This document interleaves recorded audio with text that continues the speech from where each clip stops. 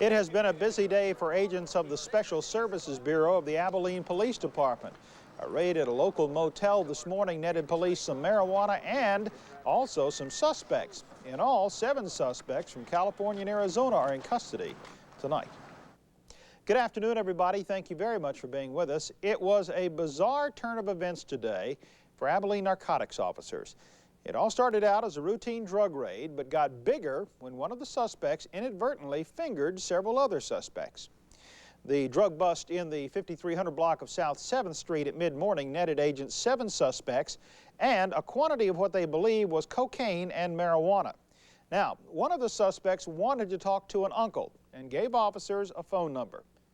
They traced the number, which led them here to the Lamplighter Motel on South 1st Street.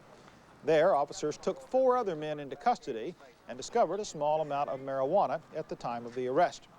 All 4 were taken before an Abilene Peace Justice, Sam Mata, who set their bonds at $500 apiece on the charges of marijuana possession and also charged them with possession of Class B marijuana.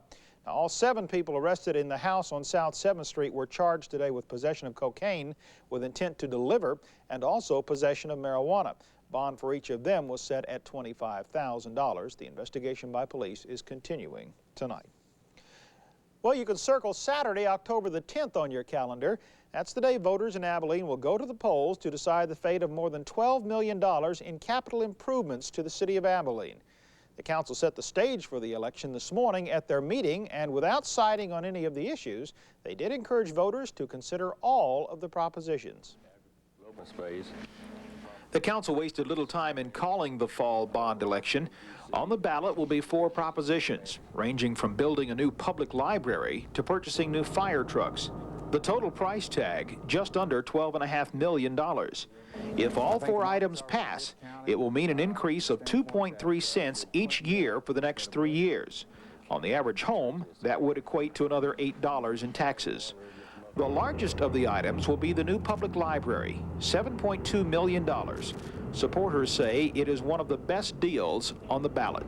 Can't imagine that there's anyone in the community that wouldn't want to spend $8.50 a year to increase the educational aspects of our community and to increase our quality of life. Council members stopped short of lining up in support of the issues, but they did encourage citizens to look carefully at all of the propositions and to get involved by voting on October the 10th. It seems to me that there are a couple of underlying themes that need to be emphasized. One is that these are the kinds of things that are major capital expenditures and are not the kinds of things that can be done in normal annual budgeting. In other words, the option really is to do it or not to do it. It's not to do it or find some other way to do it, it seems to me, because they represent major one-time expenditures, and those are not the kinds of things you work into an annual budget. Secondly, I think it's extremely appropriate for these types of opportunities to be presented to our citizens and give them an opportunity to indicate their feelings about the direction that we go on some of these major expenditures. Public library, if approved by bond voters on October the 10th, may wind up being built near the Abilene Civic Center. After meeting in closed session this morning, the council announced that they have agreed to purchase 3 parcels of land near the Civic Center. Now, most of those will be used for parking, but a block that includes the current Greyhound bus station will be the site for the new public library if voters approve it on October the 10th. Well, these are times of transition in the United States military, and that means here at home as well. The latest change in the Air Force occurred earlier today at Dyess Air Force Base. A ceremony marked the change of command for the 463rd Airlift Wing. Colonel John Brooks assumed command of the wing today. He says he wants to continue the proud tradition of the 463rd. The is going very well. I didn't come here with a mandate to fix anything. The people here have a proud record, and we want to keep that moving forward. Nothing stays static. It moves in some direction. It either moves forward or it moves backward, and we want to keep it moving forward. 463rd said goodbye to its former commander today, Colonel Terry Thompson. Thompson is filling a new post at Fort Bliss in El Paso, where he will command Joint Task Force 6. That's the governmental agency task force intercepting drug shipments across the border between the United States and Mexico. Weather is coming up next. We awoke to some sunny skies outside this morning, but the clouds were beginning to roll in by midday. Still didn't turn out to be too bad a day. The big story was, of course, the temperature on the outside. In a year that has already been mild, it seemed almost cool enough for a jacket at times this morning.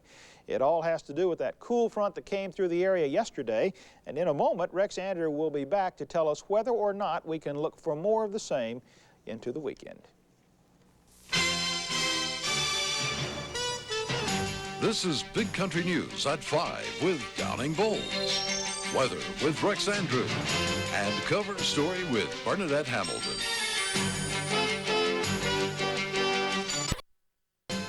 It's year-end closeout time, and now is the time to save big. 5 different ways during Rocket Oldsmobile GMC Subaru's 5-star savings sale. Save on year-end clearance prices with savings up to $3,000. Save on hail-damaged cars and trucks marked down as much as $2,300 on this Legacy. Save with low GMAC financing as low as 2.9% on full-size Sierra pickups. Save with rebates as much as $2,000 on Olds Toronado. Save with trade-in allowances.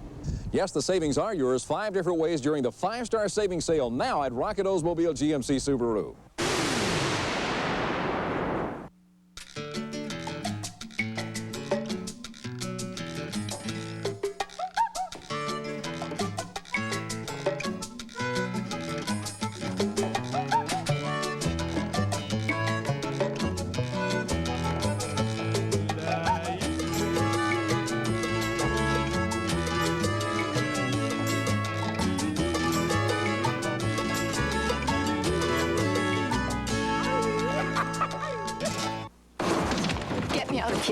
You must help me. On the next Street Justice, a woman is held captive by officials of a foreign government. These men have diplomatic immunity. They cannot be prosecuted. Now, Grady and Boudreaux are going above the law to gain her freedom. We're not looking to make a righteous bust. We're looking to get her out. This one's for diplomacy.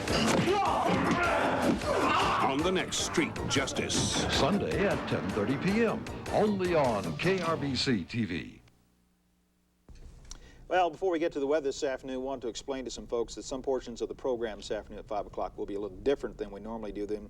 The big reason is because they had a rainstorm in Charlotte earlier this afternoon and knocked out NBC's news channel. And as a result of that, a lot of the feeds we get, though particularly the business news out of New York, is not there today. I know Rex also was explaining just a minute ago that we lost our satellite picture as well today because that also comes out of Charlotte. So at any rate, there will be a couple of things missing today, but we do have the content, if not the pictures, we do have the audio content. Rex is here to tell us more about that.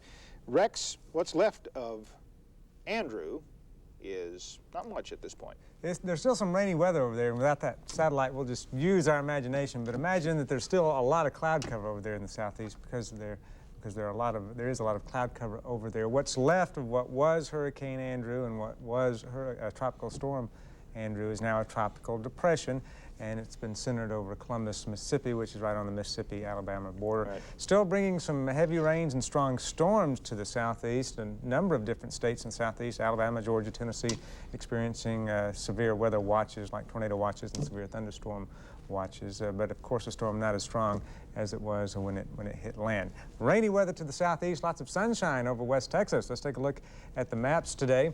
The front that brought us the cooler weather has pushed slowly down into the southern part of the state. And today there has been some rain along and near that front. But behind it we've got drier air and air that's more stable moving into West Texas. And so the rain is gone. It looks like for the next several days, no rain in the forecast for the next 5 days, in fact. And these temperatures still way below normal. Our winds today still from the north, so we were struggling at mid-afternoon to make it up to 80, lower 80s in the Concho Valley, and a number of locations in West Texas reporting temperatures at mid-afternoon only in the 70s. These temperatures 10, 12, 14 degrees below where they should be this time of the year, while temperatures to the south front still in the 90s. In Abilene right now, it's 80 with winds from the northwest at 12 miles an hour. The barometer is falling, and the humidity's at 43%. In San Angelo, 83, northerly winds at 14, the barometer falling, and the humidity at 40%. And our allergy report today, not much change in the total, 3,600 even for our allergy report. Mostly mold, just a little bit of mesquite, cottonwood, and ragweed showing up in today's allergy report. Nice night tonight, no rain in the forecast anytime soon. Look for lows in the morning about 60, way below normal. By the way, our low this morning was also 60, so if you thought it was cool, well, it was cool for this time of the year. Mostly sunny skies tomorrow, stable weather, maybe a little bit warmer. Lunchtime temperatures in the 70s. Look for afternoon highs of about 85 in Abilene, 89 for those of you in San Angelo. If there's any rain at all tomorrow in Texas, probably be in South Texas. That front should move right down to the southern tip of the state, and there may be a little bit of rain still along that front. For us, though, nice, no rain, 60 to 85 for the temperatures, and the winds will be light and variable.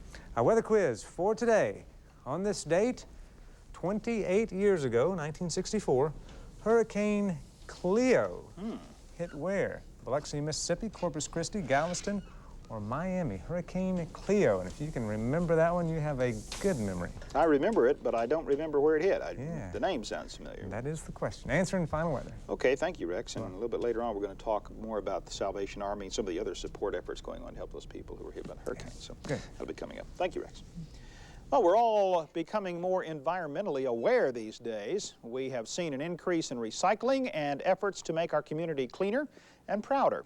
So imagine your surprise if you found your company listed as a significant violator of environmental laws. Well, that's exactly what happened to a handful of Abilene companies, and they are not happy about it. Our cover story reporter, Bernadette Hamilton, has been talking to some of those companies today, and for the most part, they were shocked to hear the news. Bernadette? That's right, Downing. Thanks. These are not small businesses we are talking about. They are major employers in the city. Companies concerned about safety in the workplace and environmental awareness. That's why they were somewhat taken when we called them about being listed as significant violators. Reminding you that this Saturday is the Great Texas Trash Off. The message is clear. Don't mess with Texas. It's a message more and more Texans are taking seriously.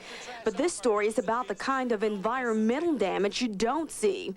This advertisement appeared in the Sunday legal notices section of the Abilene Reporter News. It identifies 10 local industries as significant violators of the City of Abilene's pre-treatment program. The local industries are required to meet certain discharge parameters before they discharge into our sanitary sewer system.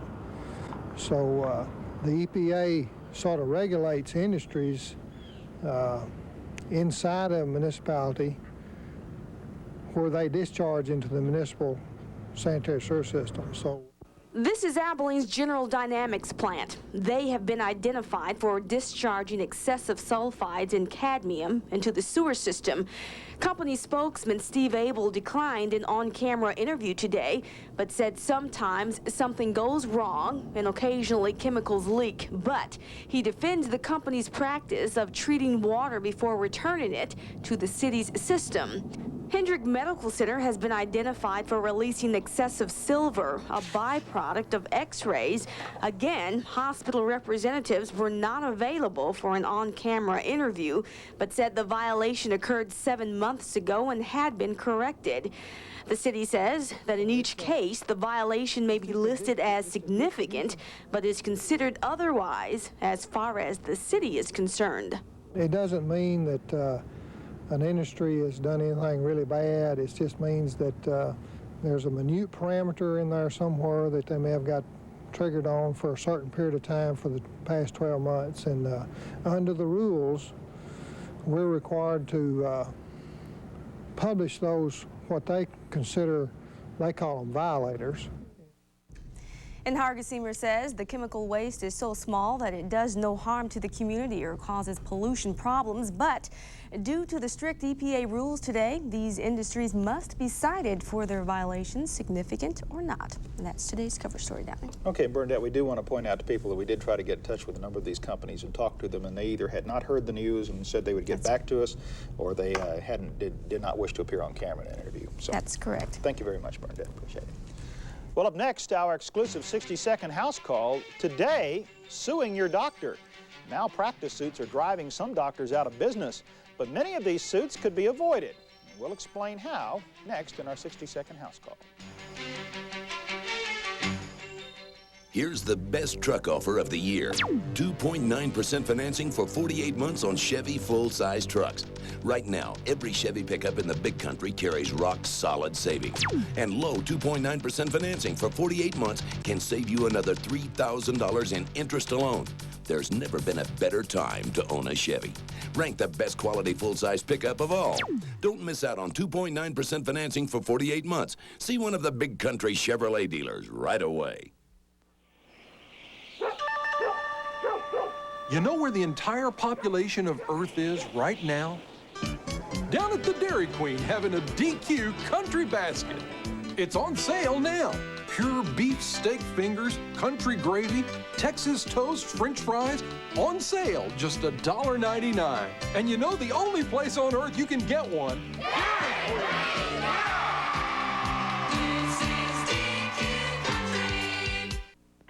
Love, man. Well, I haven't had a date in a while. What is your secret? Well, the love man says. No, don't tell me. I know. Machismo. I want you to be my girlfriend. Right? No, boyish charm. Mrs. Robinson, you're trying to seduce me. I know. Humor. Wait till they get a load of me. The love man says, be yourself. Be yourself. Yeah, definitely be yourself. Rhythm and Blues, Thursdays, this fall on NBC. Well, medical malpractice suits have led to skyrocketing insurance costs, and in some cases, the actual closing of doctors' practices. As Dr. Bob Lanier reports in today's House Call, many of these suits could be avoided if doctors merely did one thing: communicated more effectively with their patients. Now, if you have a medical complaint and feel there is little recourse except a lawsuit, Dr. Lanier says there's an alternative that may prove more satisfying in the long run. Ever been really dissatisfied with a doctor? I mean, really ticked off? Well, here's how to handle it. First, analyze the real problem. Sometimes you may be frustrated because you're not feeling better. It may be time for a second opinion. Get it, and if there's a better way, do it.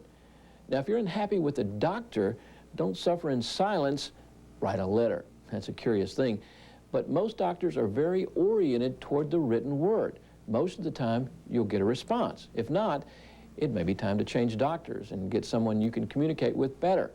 If you think you've been wrong but not enough to sue, there is an alternative called a grievance committee. Every county or parish medical society has a grievance committee. Call the society first, then write them a letter. Believe me, they will bend over backwards in many cases to the patient's favor. Now, this isn't for trivial complaints, but sometimes it saves a lawsuit and lots of stomach acid. Don't get mad, get it straight. I'm Dr. Bob Lanier. Tomorrow, monosodium glutamate. You have heard about it in the past, but does it have some favorable as well as flavorable uses and qualities? Well, we'll tell you in tomorrow's 60-second House Call. Well, on this week's edition of Abilene's Most Wanted, police are looking for your help in finding an Abilene man wanted for a variety of drug-related charges. Police are searching for 27-year-old Herberto Martinez Cervantes. He also goes by the name of Eddie Cervantes. He is described as a Hispanic male, 5 feet 8 inches in height, weighing approximately 180 pounds. He has short black hair and brown eyes. He has been known to wear a mustache and goatee from time to time. He has tattoos on both of his arms. He's being sought for charges ranging from possession of a controlled substance to Class A theft. Now, if you know the whereabouts of Heriberto Martinez Cervantes, or otherwise known as Eddie Cervantes, you are asked to contact the Abilene Police Department or the Taylor County Sheriff's Office. Well, up next, we will have a look at today's business news. Judd Powell updating us on the stocks of local interest. That coming up next. Please stay with us.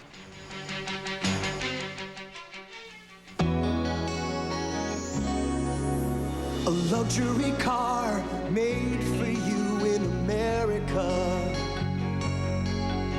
A car you can drive, made with American pride. The 1992 Lincoln Continental, now leased for only $499 per month, making one of the world's most advanced luxury cars, one of the easiest to afford. Lincoln, what a luxury car should be. On the next Maury Povich Show, you've read about him. He's beautiful.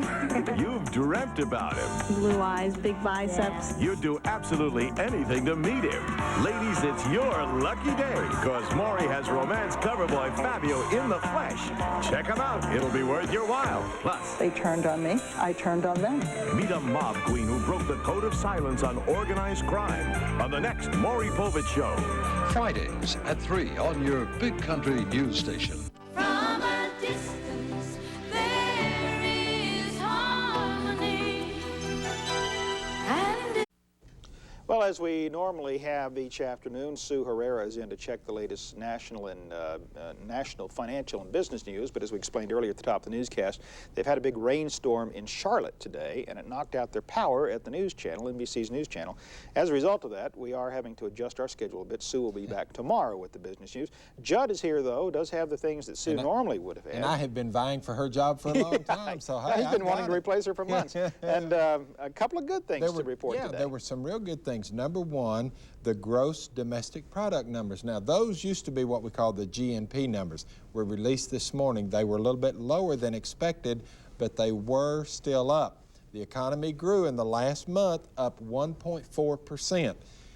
That is very good news, because we continue to hear that the economy is a slump, things are bad, but the economy is growing. Now, that was one good bit of news. Second good bit of news is initial jobless claims for the month of July. Initial jobless claims took the biggest drop in 30 years. Wow. Fewer people filed for unemployment, below 400,000, and that's been the first time that's happened in a long time. So those two good numbers taken together combined to make a relatively good report on Wall Street, as the Dow Jones Industrial Average did today go up 7.82. We ended trading at 32.54. Our local stocks, Walmart was down 5/8 at 57 3/8. Central and Southwest was up 50 cents a share, 29 1/4. General Dynamics down 3/8 at 77 1/4.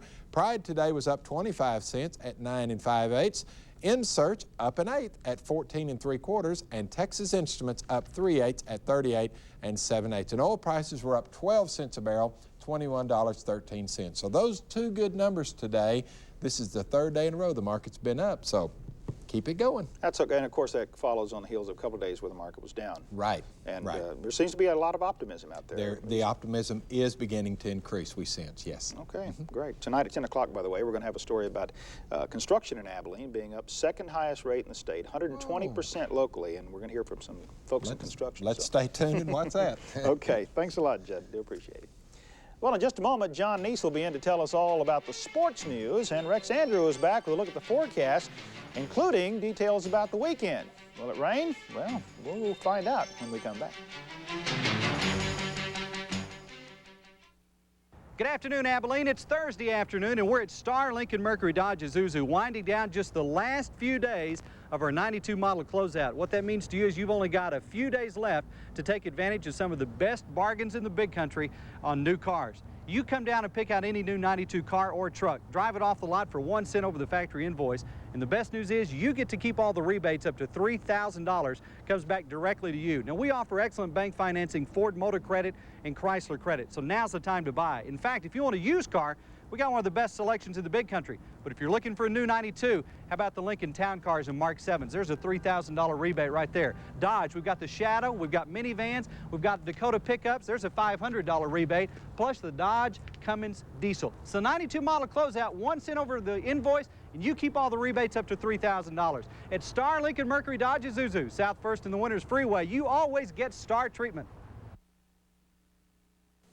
On the next Jenny Jones, looking for Mr. Right? If you're not part of a twosome, you're nobody. Beginning to think he doesn't exist? I feel like I have this neon light on my forehead. It says, if you're a jerk and you plan to screw me over, please date me. What to do if you're afraid you'll never get married? Plus, they represent the highest form of shopping as we know it. Shoes. How come a new pair of shoes can make you feel like a whole new person? Why we're obsessed with them on the next Jenny Jones. Weekdays at 9 on your Big Country News Station. Well, Rex is back with us to recap the weather, including that weekend forecast. We mentioned to you earlier a lot of kind of relief efforts going on to help the victims of Hurricane Andrew. One of the latest is the Salvation Army here in Abilene. Just a note they sent to us earlier today. The Salvation Army in Abilene is in need of non-perishable meats and vegetables and water to take into the people of Louisiana. The truck is going to be located in front of the Salvation Army at 1726 Butternut, and that will be from today at noon until Monday, August 31st, and then Captain Dewey Alderson, who is the local captain of the Salvation Army, will be driving that to Louisiana to help folks out. But those people are in desperate need of some help, and lots of folks around the country coming to their aid. To give you an idea just how much, this was the worst natural disaster in the U.S. in terms of damage ever. And it comes at a time when the Red Cross is strapped for money anyway. Yeah, so give. Yeah, you bet. My hand. Okay, on with the weather for us for tomorrow. It's looking pretty good. Let's take a look at our forecast one more time. Temperatures about 60 in the morning, a little bit on the cool side, but sunny skies tomorrow. And our temperatures making it up into the middle and upper 90s, and no rain in sight for us. Maybe some rain down in South Texas along that front that will probably become stationary at the southern tip of the state. Our forecast, no rain, 60 to 85 for the temperatures. The wind's light and variable, really a nice day. Little or no dew, high evaporation, sunshine about all day long, and the minimum relative humidity 35%.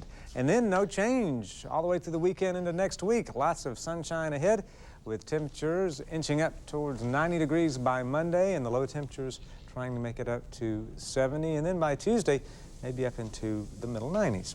On this date, 28 years ago, Hurricane Cleo hit what? You know, I was born in Biloxi, Mississippi. I'll go Biloxi, Mississippi. No, would you believe? I didn't think so.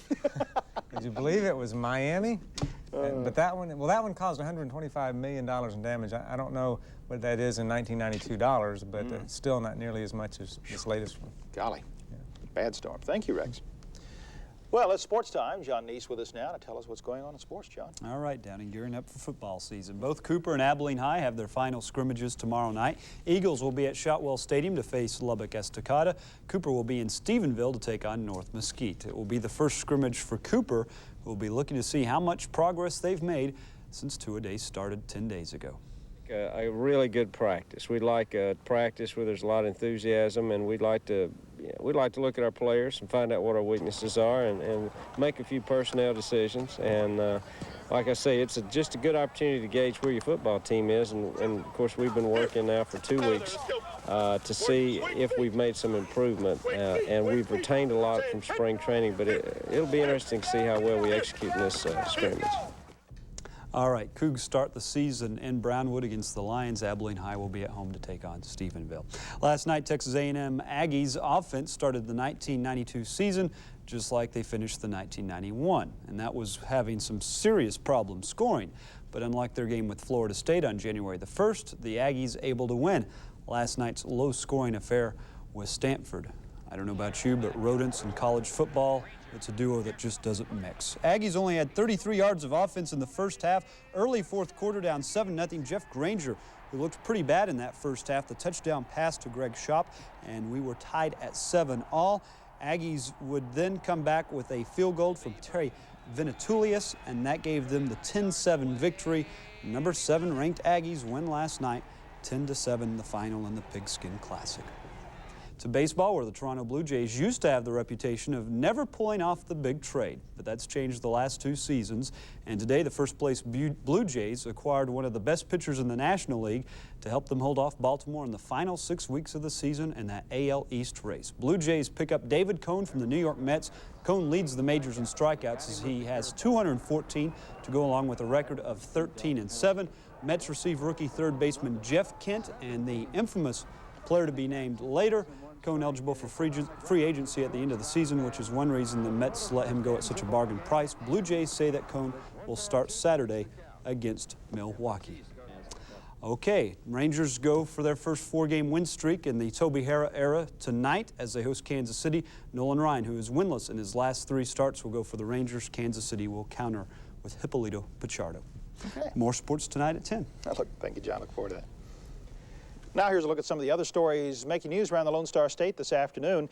As Rex told us earlier, Hurricane Andrew has now been downgraded to a tropical depression earlier today, but it is still producing heavy rain and some flooding. Jackson, Mississippi received 4 inches of rain, and the Coast Guard says a mobile offshore drilling unit is missing in the Gulf of Mexico. 6 separate pollution incidents are under investigation by the Coast Guard. Locally, efforts to help those impacted by the storm are continuing. Wiley schools will be collecting canned food items and clothing tomorrow. Kmart on North First is also collecting clothing, and the Mall of Abilene is serving as a collection point for canned food items, clothing, and cash donations for the Red Cross. Democratic presidential nominee Bill Clinton launched a 2-day bus tour of Texas today. Clinton began the trip in San Antonio and will visit Austin, Waco, Corsicana, Athens, and Tyler by tomorrow. A Fort Worth couple was taken into custody and their children turned over to the state welfare authorities after authorities found 6 children ranging in age from infancy to 13 living under the care, their care in, quote, hot, filthy, and nasty conditions with no food in the refrigerator. And in an unrelated note, Jay and Linda Hill, convicted in the starvation death of their 13-year-old son, have given parental permission for their surviving son to be placed in the temporary custody of relatives in Idaho. The Hills, you may remember, were sentenced to 99 years in prison for their conviction. And that's Big Country News at 5. Thank you very much for being with us. NBC Nightly News is next, followed by Star Trek, The Next Generation. We'll have a look at the very latest news tonight at 10. Till then, have a good evening. Tempers flare after Hurricane Andrew. It's gone, but not forgotten.